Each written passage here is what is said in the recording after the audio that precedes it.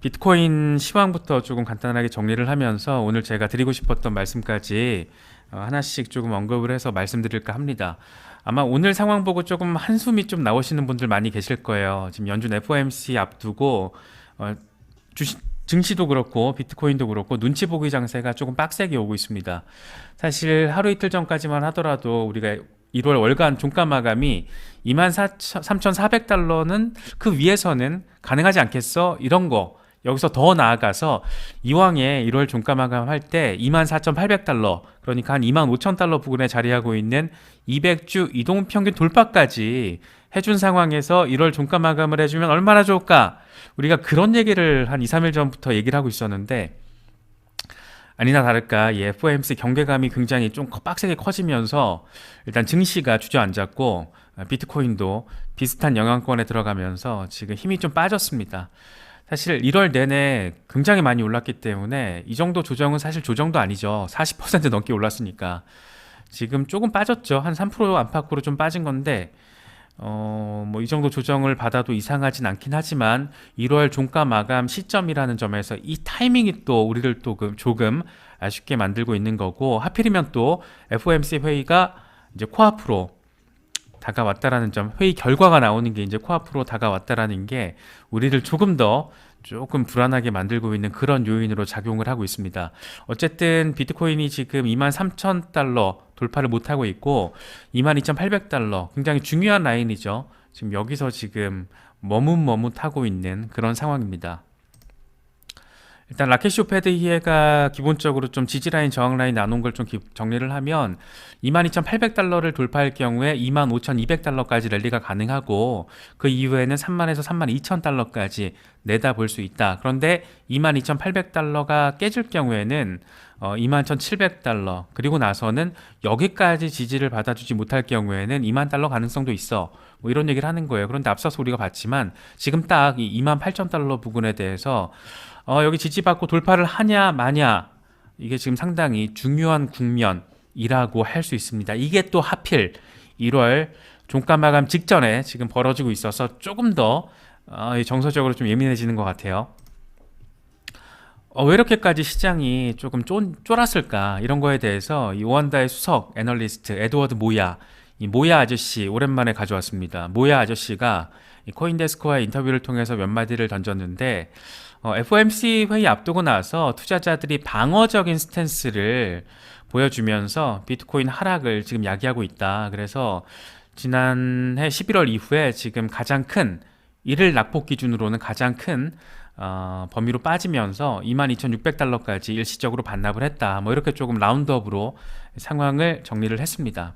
그러면서 하는 얘기가 뻔해요. 사실 인플레이션 리스크가 좀 해소가 돼야지 암호화폐가 조금 더 견고한 지지를 받을 수 있다. 그래서 지금 24,000달러가 굉장히 견고한 저항인데 여기서 저항을 맞으면 21,000달러까지 밀릴 가능성이 있어. 거의 지금 똑같은 얘기 라켓쇼 패드 이해가 하는 것과 뿐만 아니라 거의 대부분의 지금 분석가들 상승을 견지하고 있었던 분석가들도 대체로 비슷한 틀에서 지금 이야기를 하고 있습니다. 23,400달러를 일단 올라서 줘야 하고 이게 왜 중요한지는 지금 계속 한 열 몇 번은 제가 말씀드렸잖아요. 작년 서머 랠리 때 저항선으로 지금 계속 작용하고 있는 거예요. 그 이후부터. 그래서 23,400달러 돌파가 중요하고 24,800달러가 200주 이동평균이 자리하고 있어요. 비트코인의 모든 전폭적인 포물선형 강세 랠리는 200주 이동평균 위에서 진행됐다라는 게 역사적으로 비트코인이 보여줬던 공통점이기 때문에 24,800달러의 200주 이동평균 위에서까지 1월 월간 종가 마감을 해주면 땡큐 베리 아주머니 감사 뭐 이런 상황이다 라는 거에 대해서 우리가 많이 얘기를 했었잖아요. 그런데 24,000달러가 지금 저항이 꽤 빡세기 때문에 여기서 저항을 맞을 경우에는 21,000달러까지도 후퇴할 가능성이 있다 뭐 이런 얘기 지금 하고 있는 겁니다. 캡틴 파이빅 같은 경우에는 사실 조정이라는 거는 늘상 모든 시장이 상승만 할 수는 없잖아요. 또 하락만 할 수도 없고 1년 내내 지겹게 하락하다가 지금 이제 막 1월 들어서 상승 국면으로 온 거잖아요. 상승하다가 조정이 오는 건 당연하다. 이 더 강력한 트렌드를 형성하기 위해서 조정은 필요하다. 그러니까 힘을 모으는 시기가 좀 필요하다. 이런 얘기 하고 있는 겁니다. 그래서 이 양반 같은 경우에는 지금 이게 1시간 차트예요. 1시간 단기적으로 바라봤을 때 1시간 차트 기준으로 봤을 때는 22,000 초반 22,000달러 초반까지 후퇴할 가능성이 있을 것 같아. 뭐 비슷한 얘기 하고 있죠. 21,000달러에서 22,000달러 비슷한 얘기 하고 있습니다. 이거는 좀 더 길게 데일리 일간 차트를 통해서 봤을 때는 이것 봐, 지금 엄청 올랐거든. 한 달 동안 엄청 올랐는데 좀 빠질 수 있어. 그래도 상단 저항 라인을 뚫어냈기 때문에 여기서 지지받고 갈 거야. 가게 되면 어디까지 가냐면 한 4월 전후 시점에서 34,800달러까지도 내다볼 수 있을 것 같아. 이런 얘기 지금 하고 있는 겁니다. 크립토 타이탄의 경우에는 역사적으로 비트코인이 강세 랠리를 벌이기 직전에 약세장에서 바닥 테스트를 3번에 걸쳐서 했다라는 거예요. 1, 2, 3 랠리, 1, 2, 3 랠리, 1, 2, 3 랠리, 1, 2, 3 랠리 할 거야. 그러니까 항상 바닥 확인을 바닥이 어디야 했을 때 확인을 바텀 라인은 항상 3번에 걸쳐서 확인이 됐다라는 거고, 지금 딱 지난 전고점부터 지난 강세장이라고 해야죠. 전고점이라기보다 이게 지금 4월 11월 상황이니까 이때가 그 5월 테슬라 2021년 5월 상황이죠. 테슬라 그 비트코인 결제 지원 안 한다 일론 머스크가 헛소리하는 바람에 시장 무너졌던 또 그때가 생각나네요. 하락하고 첫 번째 바닥, 두 번째 바닥, 이번에 FTX 뽀글이까지 세 번째 바닥 테스트 했기 때문에 이제 랠리 할 거야. 뭐 이런 얘기 지금 하고 있는 겁니다. 조금 길게 보면 이건 지금 위클리 차트예요. 좀 더 길게 보면 또 이렇게도 바라볼 수 있다는 점도 체크해 주시면 좋을 것 같아요. 지금 사실 시장 이렇게 에드워드 모야의 말처럼 많이 이렇게 쫄아 있는 이유가 뭐냐면 지금 시장이 증시도 암호화폐도 1월 들어서 급반등 랠리를 펼쳤는데, 이게 사실 지금 아직 인플레이션 상황이 완화, 둔화 상황은 보이곤 있지만 연준이 목표로 하고 있는 인플레이션 2% 아직 갈 길이 멀다 정도가 아니고 아주 멀죠. 그런데 지금 상황에서 시장이 지금 너무 흥분하고 있는 거죠. 연준이 지금 금리 인상 속도 조절에 12월부터 나서기 시작한 거잖아요.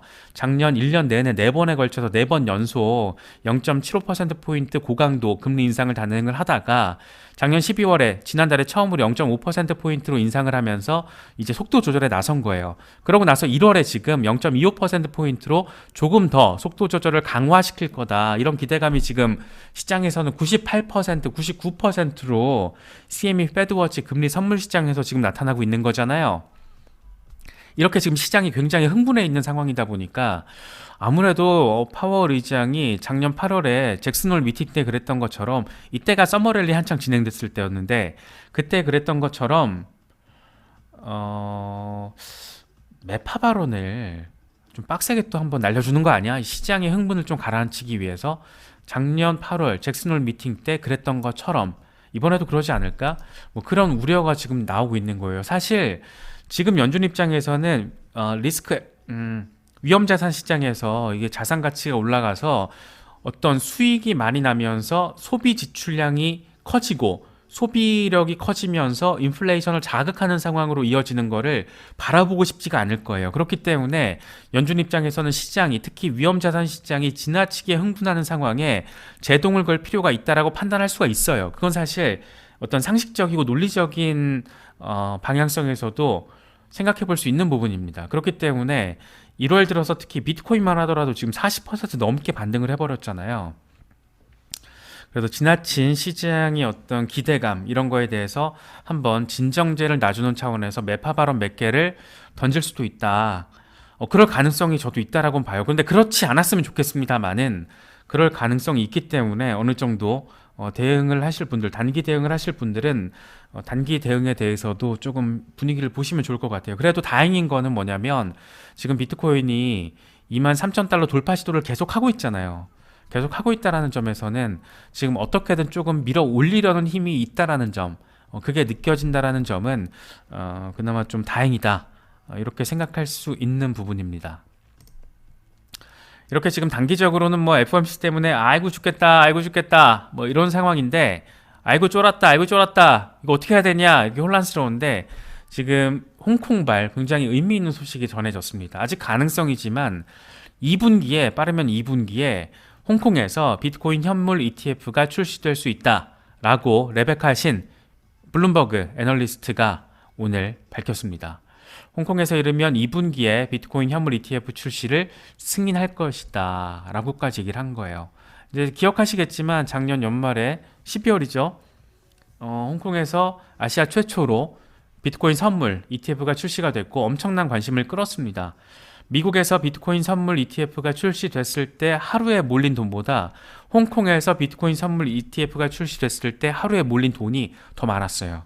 그러니까 시장에서는 비트코인 현물 ETF, 비트코인 선물 ETF에 대한 수요, 나아가서 비트코인 현물 ETF에 대한 수요도 분명히 존재한다라는 게 어느 정도 지금 입증이 된 겁니다. 그러니까 암호화폐 허브를 꿈꾸고 있는 홍콩 입장에서는 약간 싱가포르가 규제 빡세게 해야지라는 부분에 지금 방점을 찍으면서 약간 어리버리 치고 있을 때 우리가 크립토 허브가 될 거야 라는 차원의 시도를 지금 많이 하고 있거든요. 비트코인 선물 ETF 출시도 그 일환으로 바라볼 수가 있습니다. 레바카신이 한 얘기가 뭐냐면 지금 이런 게 있나 봐요. 중국 내륙 투자자가 홍콩 ETF에 투자를 할 수 있는 제한적인 프로그램이 가동되고 있나 봐요. 저는 이것까진 잘 모르겠어요. 처음 들었는데 이런 프로그램이 암호화폐 ETF까지 투자할 수 있게끔 확대할 수 있다는 거예요. 그러니까 중국 내륙에 있는 투자자가 비트코인 ETF에 투자를 하게끔 홍콩 당국이 조치를 취할 것이다. 그냥 단순히 홍콩에서 비트코인 현물 ETF를 출시하는 거, 승인하는 거 그것뿐만이 아니고 우리가 지금 기대하고 있는 포인트는 홍콩이 이렇게 적극적으로 나서고 있는 그 배경, 중국의 진입이라는 거잖아요. 중국이 글로벌 무대에 들어설 때 홍콩을 테스트 베드 삼아서 게이트로 삼아서 활용을 할 것이다. 저는 그 부분에 그 관점에 동의를 하고 있는 입장입니다. 그런데 지금 블룸버그에서도 이런 얘기를 하고 있는 겁니다. 중국 내륙 투자자들이 홍콩에서 ETF 투자, 상품 투자를 할 수 있게끔 프로그램을 확대하는 조치를 홍콩 금융당국이 허용할 거야. 결국엔 허용할 거야. 이런 얘기하고 있는 겁니다. 그러면서 덧붙이는 얘기가 지금 홍콩 ETF 운용 자산이 올 연말에 500억 달러를 넘어설 수도 있대요. 그런데 만약에 이제 2분기나 어떤 3분기 어느 시점에 홍콩에서 비트코인 현물 ETF가 출시되는 상황이 벌어진다라면 엄청난 돈이 몰릴 겁니다. 특히 지금 국내에서는 삼성 자산운용이 출시를 이미 해버렸잖아요. 이게 참 지금 재밌는 상황이에요. 삼성 자산운용이 그런 말을 했어요. 비트코인 현물 ETF 출시 여부도 검토할 수 있다. 이런 얘기를 왜 하냐면 선물 ETF를 홍콩 시장에 상장을 시켜봤더니 돈벌이가 되는 거예요. 상장 일주일 만에 지금 수익률이 10%를 돌파를 한 게 확인이 된 데다가 또 운이 좋게 1월 들어서 반등 랠리가 시장에서 펼쳐지면서 비트코인 현물 가격 자체가 40% 폭등을 해버렸습니다. 재밌는 상황이 지금 펼쳐지고 있는 거죠. 그래서 이런 지금 홍콩이 비트코인 선물 ETF 출시를 승인을 했을 때 상당한 재미를 보고 있고 홍콩이 원하는 게 크립토 허브로 도약을 하는 거고 그 방향성을 놓고 지금 속도감을 더하는 건데 이제 과연 중국 정부가 어떤 방식으로 중국에 있는 돈을 홍콩 시장을 통해서 암호화폐 쪽으로 투자를 할 수 있게끔 정책적인 정리를 할 것인가, 나아가서 중국 본토에서 이루어지고 있는 채굴과 관련된 이슈들 그리고 투자와 관련된 이슈들 이런 게 어떻게 정리가 될 것인가, 이게 참 궁금한 포인트입니다. 어제 우리가 라이브에서도 정리를 해봤지만 지금 홍콩 과세당국 일부 지방 과세당국이 비트코인 투자소득 20% 과세를 하겠다, 뭐 이런 소식이 전해졌잖아요. 이게 실제로 어떤 지역에 과세당국이 그렇게 밝혔는지에 대해서는 나오지 않고 있어요. 실제로 그랬는지도 확인되지 않고 있습니다. 그런데 이런 말들이 지금 스멀스멀 나오고 있다는 거는 중국이 늘 그랬듯이 이런 식으로 스멀스멀 분위기를 잡다가 갑자기 정책 전환을 하는 거죠. 그래서 여러모로 안 그래도 지금 기대 포인트들이 작용하고 있는데 이렇게 의미 있는 소식들까지 지금 전해지고 있어서 꽤나 기대감을 키우고 있는 부분입니다. 홍콩에서 정말 올해 2분기 별거 아니에요. 4월부터 6월이에요. 정말 얼마 안 남았습니다. 그런데 올해 상반기 안에 홍콩에서 정말 비트코인 현물 ETF까지 출시 승인이 이루어진다라면 와, 재밌는 상황 진짜 펼쳐지겠다. 뭐 이런 생각 괜히 기분 탓으로만 드는 것 같지는 않습니다. 특히 삼성 자산운용에서 이렇게 적극적으로 지금 나서고 있는데 홍콩에서 규제 여건이 허락한다라면 비트코인 현물 ETF 출시도 검토할 수 있다. 이게 박성진 홍콩 법인장이 한 멘트거든요. 충분히 하죠. 당연히 삼성 자산운용 입장에서는 당연히 돈을 벌어야 되고 돈벌이가 지금 된다라는 게 확인이 됐고 국내에서도 시점이 언제가 될지 모르겠지만 우리나라 금융당국도 어리버리 좀 적당히 좀 더 치다가 이제 정신 차리겠죠. 곧 승인할 겁니다. 이제 순차적으로 비트코인 선물 ETF부터 뭐 코인 ICO 등등 여러 가지 이슈들을 다 받아들이는 쪽으로 갈 거예요. 다만 이제 조금 정치권이 하도 멍청한 짓을 잘하다 보니까 우리가 지금 조금 뒤처진 측면이 있죠. 안타까운 부분입니다. 사실 지금 홍콩의 역할을 우리나라에서도 할 수 있었고, 뭐 서울이나 부산, 요즘에 크립토 도시가 되려고 열심히 노력하고 있는 부산시, 이 정도가 아시아의 크립토 허브로서의 어떤 컨셉을 더 선점할 수 있었는데, 아쉽죠. 이게 정치권의 역량이라는 게 그래서 중요합니다. 중요한 건데, 뭐 또 이런 얘기하면 또 열받으니까. 뭐 아무튼 그래서 홍콩에서는 어쨌든 암호화폐 허브가 되기 위한 여러 가지 정책 개발을 지금 빡세게 진행하고 있기 때문에 여러모로 이 홍콩에서의 진전된 상황들, 그리고 이것과 연계된 중국의 포지션 변화, 이런 것들은 우리가 충분히 기대감을 가지고 바라보고 또 대응할 수 있는 그런 환경, 상황이 아닐까 생각이 됩니다.